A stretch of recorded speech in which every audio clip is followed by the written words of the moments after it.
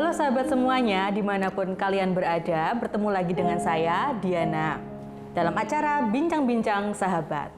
Acara ini adalah suatu acara atau program yang akan memberikan banyak sekali cerita dan pengalaman yang bermakna dalam hidup dari sahabat-sahabat Katolik.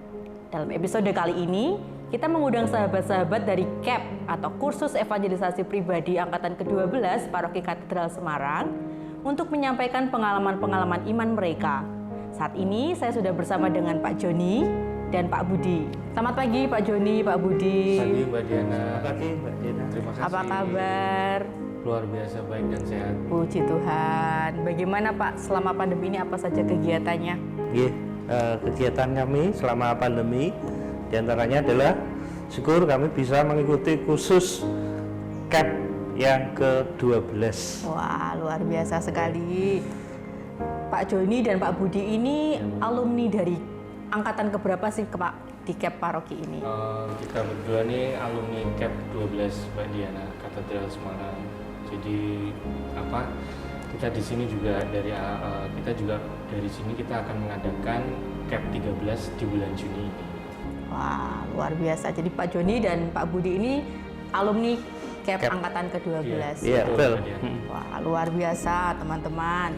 Menurut Pak Joni dan Pak Budi, apa sih itu KEP? Mungkin teman-teman semua yang ada di sini, sahabat-sahabat, belum ada yang tahu apakah KEP itu seperti olah rohani yang pada umumnya. Monggo.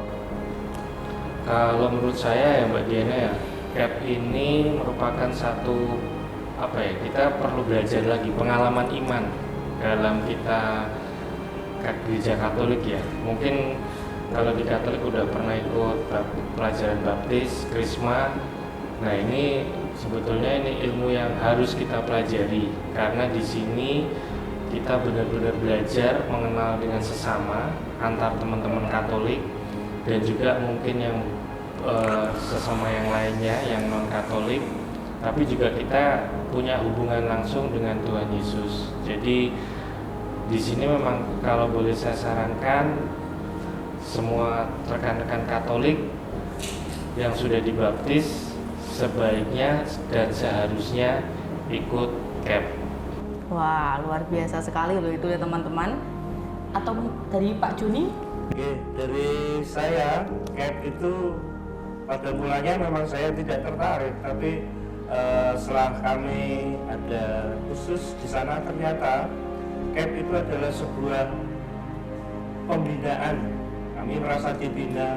Lalu di sana juga ada pelatihan, dilatih bagaimana di KEP ini kami dilatih baca kitab suci, dilatih merenungkan kitab suci, termasuk dilatih nge-sharekan kitab suci kepada siapapun yang kita jumpai.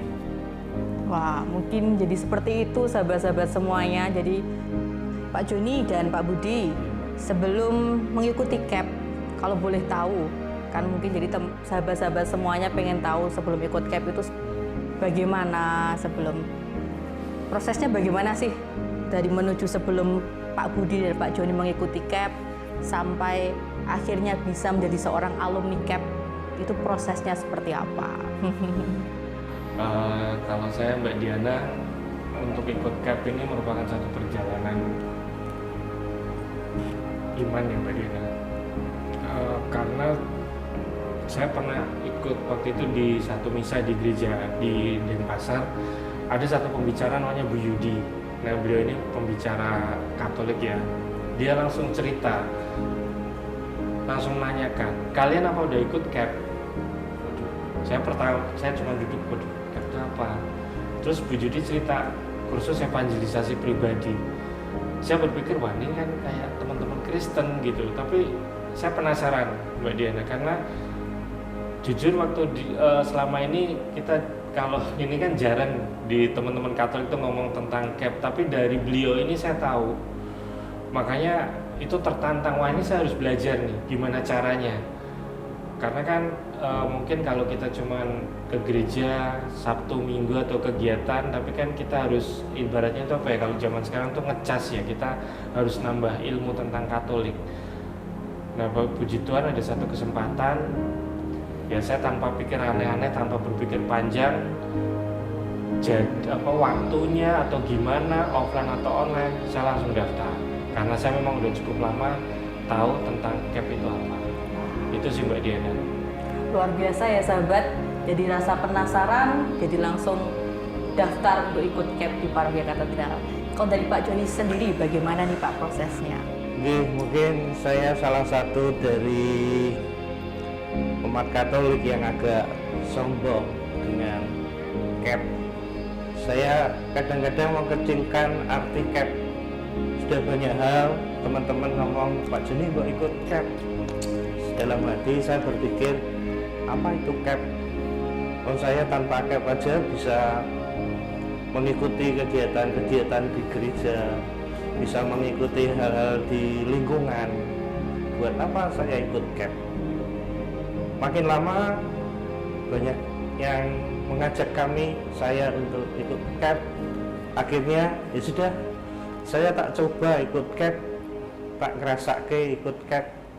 Piye to CAP kuwi, apa to CAP kuwi. Nah, itu awal mulanya. Jadi awal mulanya saya tuh wah, CAP itu nah, tapi setelah mendalami ternyata ya, wow, seperti ini, seperti itu ya Pak ya.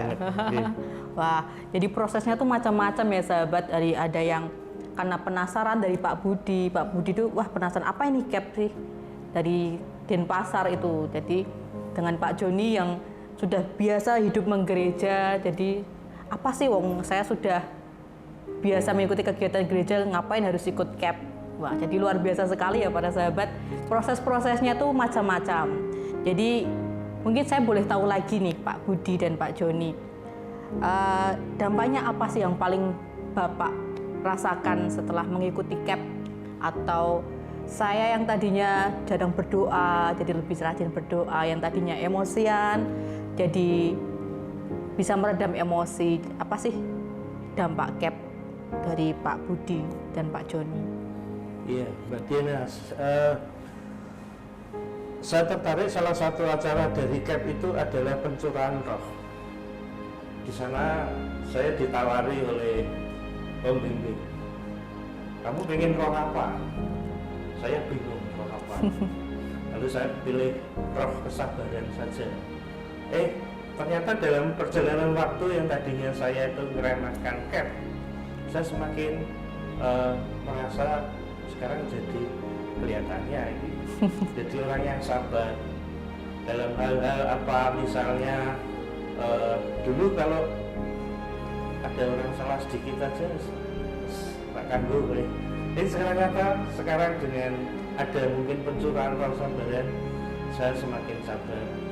Dan juga ada tugas-tugas membaca kitab suci. Saya hari-hari ini semakin rajin membaca kitab suci, semakin rajin berdoa.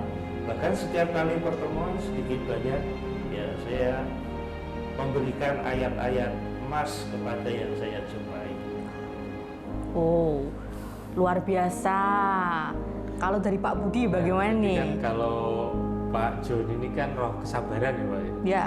Nah kebetulan saya waktu itu udah ditanya oleh Bu Iren, salah satu pengajar, Pak Budi mau roh apa gitu. Dan saya pertama bingung, waduh ini kan jarang nih kalau kita Katolik bahas tentang masalah roh, taunya ya Tuhan Yesus, Roh Kudus, Bunda Maria. Ini aja Bu, roh kebijaksanaan. Ya karena saya berpikir supaya bisa bertemu dengan semua orang, bisa menghargai dengan segala kelebihan dan kekurangan. Dan saya berpikir kalau roh kebijaksanaan ini sifatnya luas gitu loh Mbak Diana ya. Jadi biar apa ya, saya tuh berpikir lebih panjang dan lebih memahami seseorang.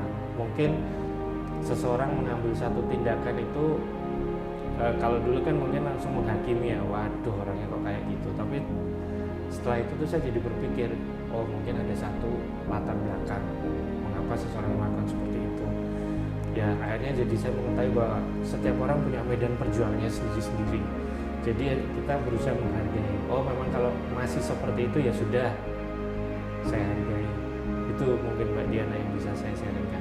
Wow, luar biasa sekali nih sahabat, sharing dari Pak Joni dan Pak Budi. Jadi macam-macam ya efek atau proses dan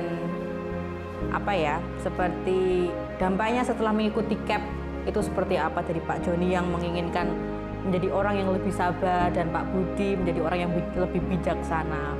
Luar biasa sekali.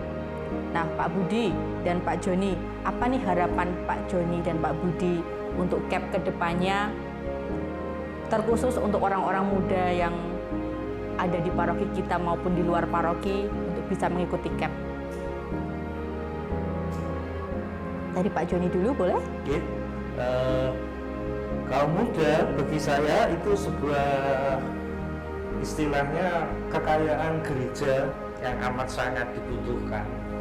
Maka kalau kaum muda dan CAP digabungkan, kaum muda ikut CAP, itu sebuah hal yang bisa menjadi kaum muda, bisa lebih menjadi kaum muda yang heboh.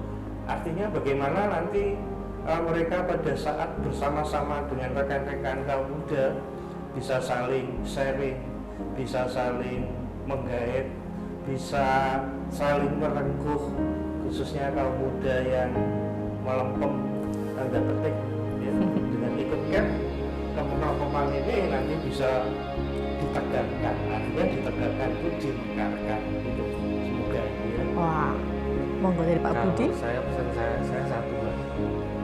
Untuk yang masih muda dan yang untuk yang merasa muda, ayo ikut CAP. Kita harus berpikir ke depan karena kaum muda adalah gereja masa depan. Dan ingat, sekarang saat ini romo-romo di gereja itu udah kaum muda semua.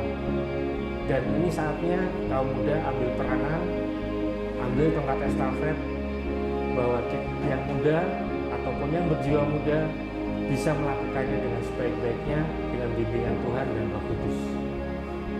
Ya, terima kasih Pak Joni, Pak Budi untuk sharingnya pada pagi hari ini untuk teman-teman muda kita semuanya. Oke para sahabat, sampai di sini episode kali ini. Nantikan episode-episode berikutnya tentunya dengan narasumber dan topik yang berbeda dan menarik. Untuk tetap itu, dukung kami FKKP Katedral Semarang melalui media sosial yang ada di bawah ini. Terima kasih, salam evangelisasi, berkah dalam.